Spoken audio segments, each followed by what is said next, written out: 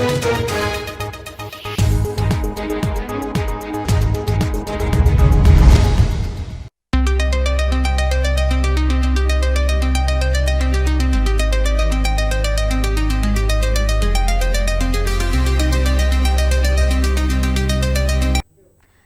आप देख रहे हैं मिरर मीडिया। मैं हूं आपके साथ चंद्रा सिंह। स्वागत है आपका खबर अब तक में। चलिए रुक करते हैं आज की सुर्खियों पर। केंदुआडीह में जहरीली गैस का संकट बरकरार, कोल इंडिया चेयरमैन ने किया निरीक्षण।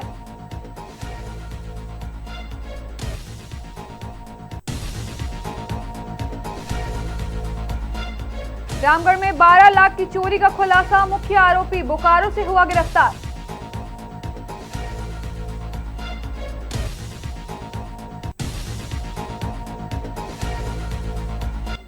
विधायक राज सिन्हा ने मैथन विस्थापितों के अधिकारों के लिए उठाई मांग, पुनर्वास नीति लाभ सुनिश्चित करने की अपील।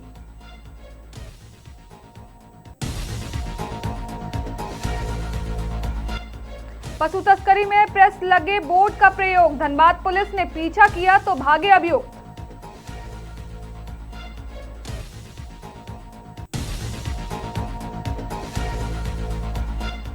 हजारीबाग के चौपारण में नकली विदेशी शराब फैक्ट्री का भांडाफोड़, सीमावर्ती गांव में चल रहा था अवैध शराब बनाने का अड्डा।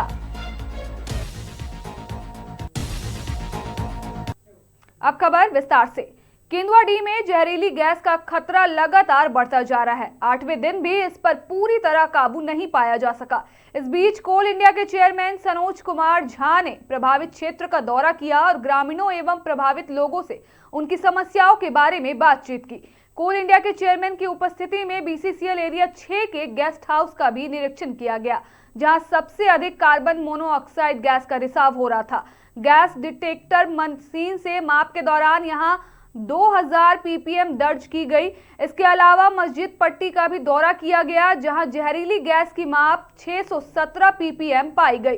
दौरे के दौरान चेयरमैन सनोज कुमार झा ने कहा कि जांच पड़ताल के बाद पता चला कि स्थिति गंभीर है। सबसे पहले ग्रामीणों की सुरक्षा सुनिश्चित करना हमारी प्राथमिकता है।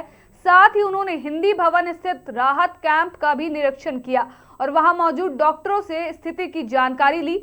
उन्होंने राहत कैंप की व्यवस्था की भी सराहना की। वहीं ग्रामीणों का कहना है कि बीसीसीएल के उच्च अधिकारी केवल निरीक्षण कर रहे हैं और गैस रिसाव को रोकने के लिए कोई ठोस कदम अभी तक नहीं उठाया गया है।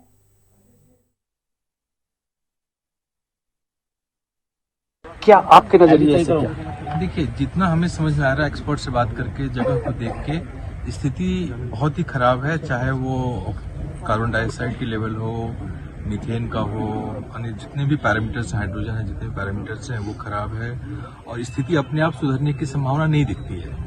तो हमको सबसे बड़ा उपाय तो ये है कि हम अपने तरीके से जो टेक्निकली जो प्रयास करेंगे करते रहेंगे, पर लोगों को यहाँ से हट जाने से सबों को आसानी होगी।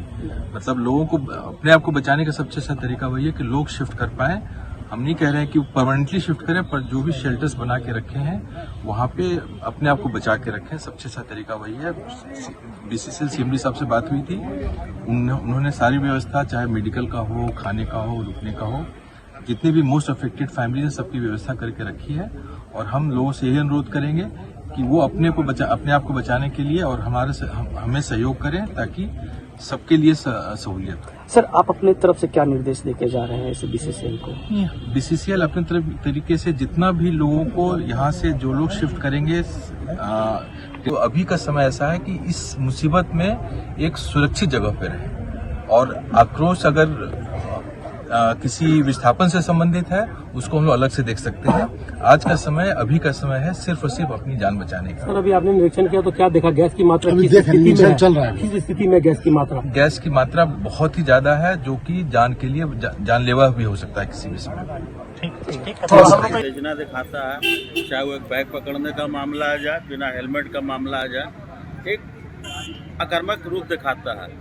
जिला प्रशासन से हम पूछना चाहते हैं, ये घनी आबादी में कोल इंडिया जो पिछले कई सालों से चलाया और चाणक में जो सुविधा था जिससे गैस निकालने का, पानी निकालने का, घना आबादी रहने के बावजूद पानी निकालने का सभी चाणक से बंद कर दिया गया। हम लोग के समय में गैस निकालने के लिए पंखा चलता था, वो गैस निकालने वाला पंखा बंद कर दिया गया। जाहिर है कि ये कौन परमिशन दिया? बीसीसीएल 100% दोषी है। बीसीसीएल पर अभी तक जिला प्रशासन 2 लोग मरा, उस पर केस क्यों नहीं हुआ? हम अभी तक जिला प्रशासन से और जो भी लोग यहाँ हैं, चाहे वो स्थानीय जो भी प्रतिनिधि है, उनसे भी हम पूछना चाहते हैं कि आप लोगों ने इस पर अभी तक FIR क्यों नहीं हुआ? 100% बीसीसीएल जब दोषी है, घना आबादी रहते हुए आप यहाँ पर इससे पानी निकालना बंद कर दिए, आप यहाँ से गैस निकालना बंद कर दिए। यहाँ पर ही मूलभूत सुविधा जो राज्य सरकार और केंद्र सरकार का मोहर लगा हुआ है, जैसे पेट्रोल पंप केंद्र सरकार द्वारा निर्गत उसका लाइसेंस होता है, राज्य सरकार द्वारा चिकित्सालय, कई बैंक है जो केंद्रीय लाइसेंस द्वारा यहाँ पर बैंक चला जा रहा। सारा चीज मुहैया कराने के बाद में कहाँ से बीसीसीएल का ये स्कीम जो बंद हुआ, जो जनहित के प्रति एकदम घोर अपराध है और अपराध के कारण ये मौत हुआ है। इस पर हम लोग घोर निंदा करते हैं। हम लोग चाहेंगे कि जल्द से जल्द बीसीसीएल प्रबंधक पर सबसे पहले केस। रामगढ़ में हुई 12 लाख रुपए नकदी और सोने चांदी के जेवरात की चोरी का मामला पुलिस ने तेजी से सुलझा लिया है। चोरी की घटना ने पूरे इलाके में सनसनी मचा दी थी। पुलिस कप्तान अजय कुमार ने मामले की गंभीरता को देखते हुए एक विशेष जांच टीम का गठन किया। ISIT की मेहनत के परिणाम स्वरूप टीम ने सनी करमाली नामक मुख्य आरोपी को बोकारो से गिरफ्तार कर लिया है। उन्होंने बताया कि चोरी सुनियोजित तरीके से अंजाम दी गई थी। SP अजय कुमार ने कहा, हम अपराधियों को बिल्कुल बख्शेंगे नहीं। इस गिरफ्तारी से इलाके में सुरक्षा के प्रति जनता का भरोसा और बढ़ेगा। पुलिस अब इस केस की आगे की जांच कर रही है और अन्य जुड़े हुए आरोपियों की तलाश जारी है।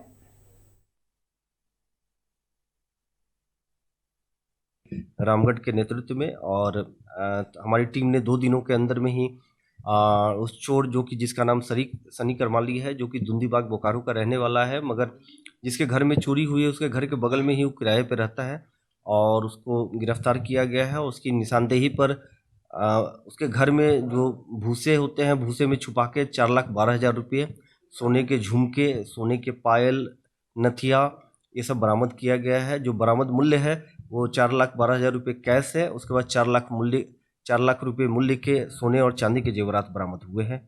और सनी करमाली का पूर्व से भी आपराधिक इतिहास रहा है।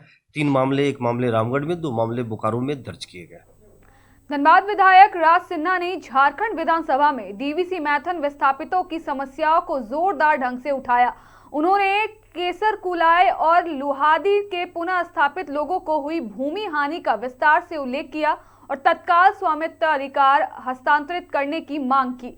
विधायक ने नई भूमि अधिग्रहण, पुनर्वास और पुनः स्थापना नीति 2013 के तहत लाभ सुनिश्चित करने की भी अपील की। उन्होंने बताया कि भूमि के बदले भूमि का मुआवजा अभी तक स्वामित्व अधिकार न मिलने के कारण पूरा नहीं हो पाया है। विधानसभा में उपस्थित झारखंड सरकार के भू राजस्व मंत्री ने आश्वासन दिलाया कि विधायक द्वारा उठाए गए मुद्दों को जल्द पूरा किया जाएगा।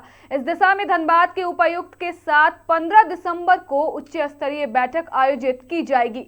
वहीं दामोदर घाटी स्थापित एवं स्थानीय समन्वय समिति ने विधायक राज सिन्हा के प्रति आभार व्यक्त किया और उनकी 70 वर्षों से चली आ रही समस्याओं के प्रति गहरी संवेदना को सराहा।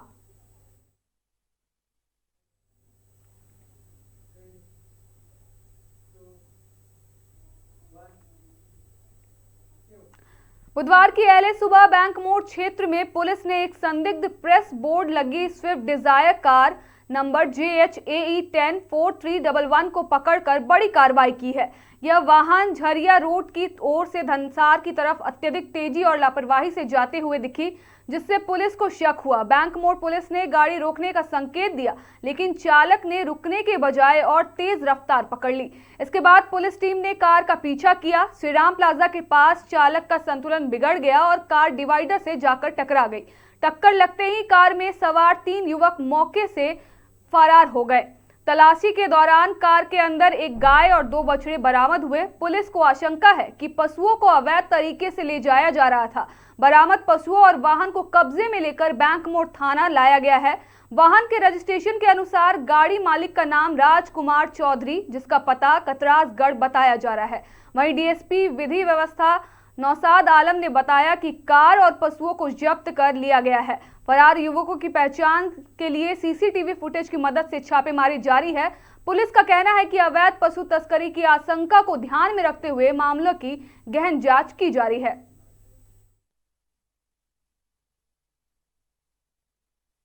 पेट्रोलिंग निकली हुई थी बैंक मोड़ थाना अंतर्गत, तो उसी को देखकर एक स्विफ्ट डिजायर गाड़ी पुलिस को देखकर भागने की कोशिश की, उसमें जाके वो टकरा गई और गाड़ी रुक गई। चालक गाड़ी छोड़ के फरार हो गया। जब पुलिस ने गाड़ी की जांच की तो उसमें एक गाय और 2 बछड़ा मिला और गाड़ी में प्रेस का लोगो यूज करके ऐसा प्रतीत होता कि गाय चोरी करके तस्करी करने का प्रयास किया जा रहा था। इस पे गाड़ी का डिटेल्स हम लोग डीटीओ कार्यालय से निकलवा रहे हैं। निकलवा के आगे जो भी ऑनर है उसको सत्यापित कर आगे की कार्रवाई करेंगे। गाड़ी में कितने लोग थे? गाड़ी कहाँ से आ रहे थे, कहाँ जा रहे थे?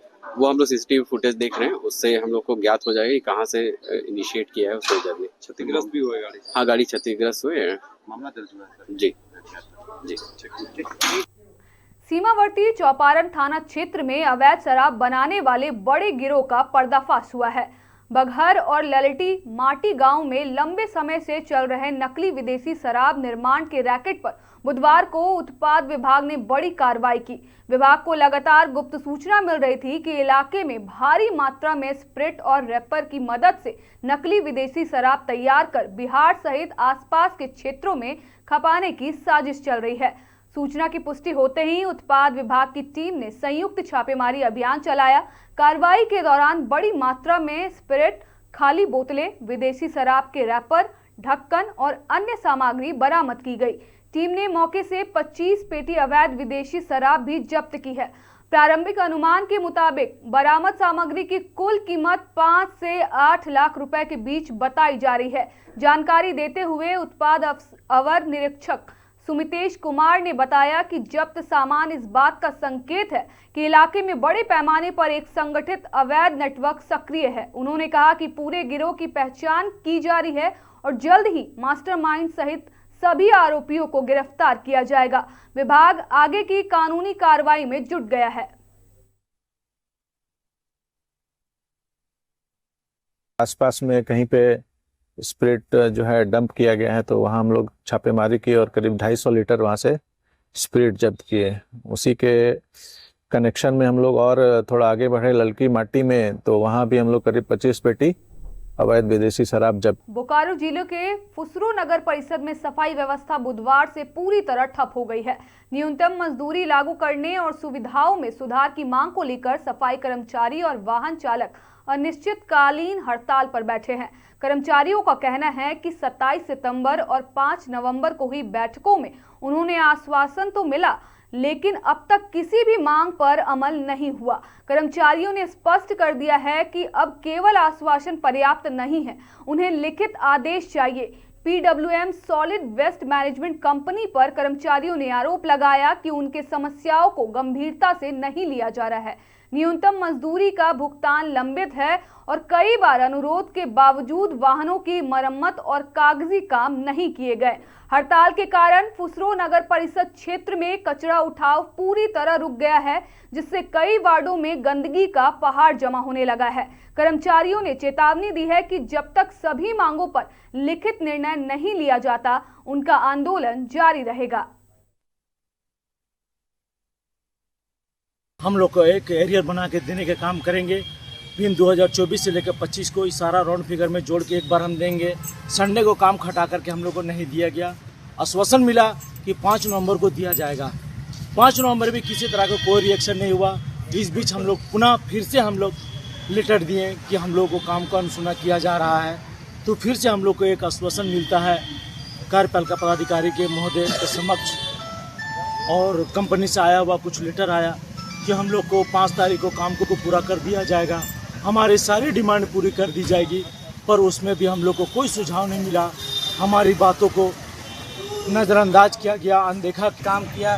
बार बार यही डेट, यही हम लोग का आश्वासन मिलता रहा, जिसको लेकर हम लोग निश्चितकालीन के लिए 10-12 को हम लोग हड़ताल पर बैठे हैं। मांग हम लोग का 7 सूत्री मांग है। जो हमारी मांग है 2022 से जो काम हम लोग किए हुए हैं और अब तक जो काम करते आ रहे, उस बीच में हम लोग का बकाया जो है संडे का जो काम कराया हुआ पैसा है, बढ़ोतरी मांग है। जो एरियर को बनाकर देने का वादा किए थे हम लोग को के 5 नवंबर तक आप लोग को मिल जाएगा, वो भी हम लोग को बुलाने काम किए। उसके बाद लास्ट डेट 5 दिसंबर तक मिला कि आप लोग का जो भी है नेक्स्ट 5 दिसंबर को आप लोग का जो भी है जो आप लोग को डाटा वो आप लोग को कंफर्म मिल जाएगा। लेकिन कुछ तरह का पहल नहीं हुआ, कुछ तरह का दिखावा एकदम बलगाने काम किया है। इसी को लेके हम लोग 10 तारीख से आज हम लोग अनिश्चितकालीन हड़ताल पर बैठे। जब तक हमारा डिमांड, जब तक हमारा मांग पूरा नहीं हो जाता तब तक हम अनिश्चितकालीन हड़ताल पर रहेंगे। बोकारो के नूरी नगर स्थित दामोदर वैली कॉरपोरेशन के एस पॉन्ड में हाईवा डंपर की चपेट में आने से घायल 65 वर्षीय कामगार मनीरुद्दीन अंसारी की मौत के बाद क्षेत्र में तनाव की स्थिति बन गई। परिजन व ग्रामीण सब के साथ मुआवजा और नियोजन की मांग को लेकर एस पॉन्ड पर बैठ गए। इससे छाई ट्रांसपोर्टिंग पूरी तरह ठप हो गई और एस पॉन्ड पर दिन भर भारी भीड़ रही। लगभग 16 घंटे तक चले प्रदर्शन के बाद देर रात प्रशासन, डीवीसी प्रबंधन और जनप्रतिनिधियों के साथ हुई वार्ता में मृतक परिवार को 21 लाख रुपए मुआवजा, एक आश्रित को नियोजित तथा अंतिम संस्कार हेतु 51,000 रुपए की तत्कालीन सहायता देने पर सहमति बनी। इसके बाद आंदोलन समाप्त हुआ।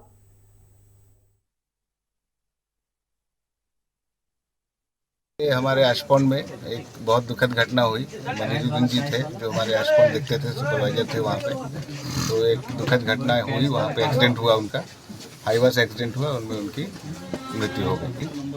तो इसके बाद अभी उसी को लेकर के वार्ता चल रही थी और यथासंभव जहाँ तक सहायता कर सकते थे उन्हें उनके परिवारजनों की की। अंत्येष्टि के लिए उनके परिजन को 50,000 रुपये अभी तुरंत उनको मुआवजे के तौर पे दिया गया। ये सारी बातें हुई और सबको लिखित रूप में हम लोगों ने और सभी जनप्रतिनिधियों ने लिखित रूप से डीवीसी प्रबंधन से पेपर पे लिया है, जिसको कल एक मिनट्स बना के उसको रिटर्न में और भी पुख्ता कर लिया जाएगा।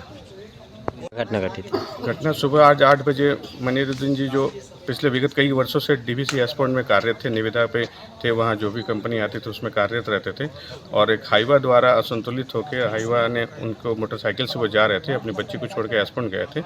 तो उसी क्रम में दूसरी दिशा से आ रही हाईवा तेज गति से आ रही थी, जो उन्होंने उनको कुचल दिया। जिनसे उनको हम लोगों ने बेहतर उपचार के लिए डीवीसी अस्पताल ले गए। उसके बाद उनको यहाँ से मेडिकेंट हॉस्पिटल बोकारो स्टील सिटी ले गए, जहाँ डॉक्टर दुखद घटना हुई है। हमारे चाचा मनीष जी जो आज अपनी लड़के को छोड़ के स्टेशन पर आज एक्सीडेंट ऐसे ही एंट्री किए और वहाँ पर अपने बैग पर बैठे हुए थे। उधर से वाहन आई और उस पर रोकने के लिए बहुत सारे लोग ने उसे बोले रुकिए रुकिए रुकिए, लेकिन रुके नहीं और वो उस पर चढ़ा दिए। बुधवार को पार्क मार्केट हीरापुर स्थित लासा मार्केट में तिब्बती समुदाय ने विश्व शांति दिवस और विश्व मानवाधिकार दिवस का संयुक्त आयोजन किया। यह कार्यक्रम 14वें दलाई लामा और 36 साल पहले प्राप्त नोबेल शांति पुरस्कार की स्मृति में आयोजित किया गया। कार्यक्रम में दलाई लामा के 90 वर्ष पूरे होने पर उनकी दीर्घायु, विश्व शांति और वैश्विक सद्भाव के लिए विशेष प्रार्थना की गई। इस दौरान तिब्बतीय समुदाय के लोगों ने बताया कि यह दिन तिब्बती समुदाय के लिए अत्यंत महत्वपूर्ण है, जिसका उद्देश्य मानवता, भाईचारे और शांतिपूर्ण सह-अस्तित्व को बढ़ावा देना है।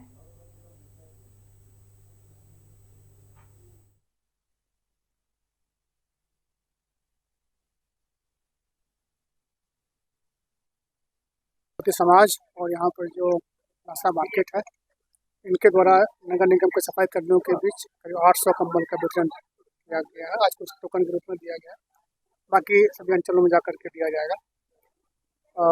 यह जो ओकेजन है बेसिकली दलाई लामा जी के लंबी आयु और अच्छे स्वास्थ्य की कामना के लिए इन्होंने ये सभी लोगों को कंबल का वितरण किया गया है। और ये करुणा का वर्ष भी है, ईयर ऑफ कंपैशन है, तो ये बहुत ही महत्वपूर्ण है, खासकर तिब्बती समाज के लिए बहुत महत्वपूर्ण आज का दिन है। आज मानवाधिकार दिवस भी है, तो एक तरह से और जो दलाई लामा है वो मानवाधिकार के एक अच्छी लीडिंग पर्सनैलिटी है। तो इस अवसर पर मैं दलाई लामा जी के स्वस्थ रहने और लंबी आयु की कामना करता हूँ, क्योंकि इस साल हम लोग दलाई लामा जी का 90 वर्षगांठ है और हम लोग करुणा का साल मान रहे हैं।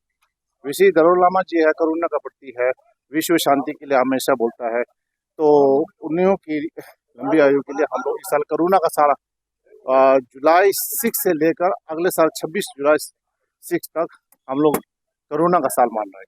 क्या विशेष रहेगा? विशेष ये रहता है कि कोरोना के प्रति कैसा क्रोध मुक्ति, दूसरा को अत्याचार मुक्ति, ये सब हम दलाई लामा जी का 4 विजन पहले यहाँ भी लगाया था, उद्घाटन दिन पे हम लोग प्रस्तुत किया गया है। तो 4 विजन जो कमिटमेंट 4 कमिटमेंट, तो धनबाद वासियों को, वर्ल्ड वासियों को हम लोग बताना चाहते हैं कि उनका क्या कमिटमेंट क्या है, उसके बारे में बताते हैं। हाँ जी, सफाई कर्मी इसलिए महत्वपूर्ण है कि दलाई लामा के मार्गदर्शन के अनुसार धनबाद वासियों हमेशा हमारे लिए सहयोग रहता है। धनबाद को अच्छा रहने के लिए स्वास्थ्य बहुत जरूरी है। स्वास्थ्य बहुत जरूरी होने के लिए साफ सफाई बहुत जरूरी है। साफ सफाई कर्मी को इस साल इसलिए चुना गया है कि वो लोग हमारे स्वास्थ्य में बहुत महत्वपूर्ण है, इसलिए हम लोग उनको चुना गया है। अंतर्राष्ट्रीय मानवाधिकार दिवस के अवसर पर निरसा मंडल द्वारा निरसा स्थित अग्रसेन भवन में बुधवार को सम्मान समारोह का रंगारंग कार्यक्रम का आयोजन किया गया। कार्यक्रम का मुख्य उद्देश्य मानवाधिकारों के प्रति जागरूकता बढ़ाना और समाज में समानता एवं स्वतंत्रता के महत्व को उजागर करना था। कार्यक्रम की शुरुआत संयुक्त रूप से दीप प्रज्वलन से हुई। इसके बाद छोटे बच्चों ने सांस्कृतिक प्रस्तुतियों के माध्यम से सबका मन मोह लिया। अतिथियों का स्वागत वस्त्र और बुक देकर किया गया। मुख्य अतिथि ईशियल मुगमा एरिया महाप्रबंधक ओम प्रकाश चौबे ने उपस्थित लोगों को संबोधित करते हुए कहा कि मानवाधिकार हर व्यक्ति का जन्मसिद्ध अधिकार है और इसे बनाए रखना हमारी जिम्मेदारी है। इस अवसर पर संस्था के डॉक्टर राजकुमार ने बताया कि संयुक्त राष्ट्र की अभिलाषा है कि सभी मनुष्य बिना किसी भेदभाव के स्वतंत्रता और समानता के साथ जीवन यापन कर सके। उन्होंने यह भी याद दिलाया कि 10 दिसंबर 1948 को पेरिस में एक ऐतिहासिक प्रस्ताव पारित किया गया था, जिसके बाद से हर वर्ष अंतर्राष्ट्रीय मानवाधिकार दिवस मनाया जाता है।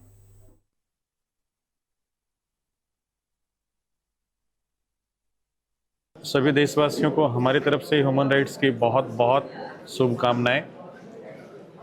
और आज 10 दिसंबर को हम लोग हर वर्ष की भांति इस बार भी बहुत ही धूमधाम से मानवाधिकार दिवस मनाया गया है और जागरूक करना चाहेंगे लोगों को कि हमारे समाज के भीतर जितने भी लोग हैं, जितने भी व्यवस्थाएं हैं, जहां भी शोषण हो रहा है, हम लोग अग्रसर हैं। उन सभी लोगों के लिए प्रयास रहता है कि जो उनके अधिकार हैं उन अधिकारों से वंचित ना हो। फिलहाल के लिए इतना ही। बाकी तमाम खबरों के लिए देखते रहें मिरर मीडिया।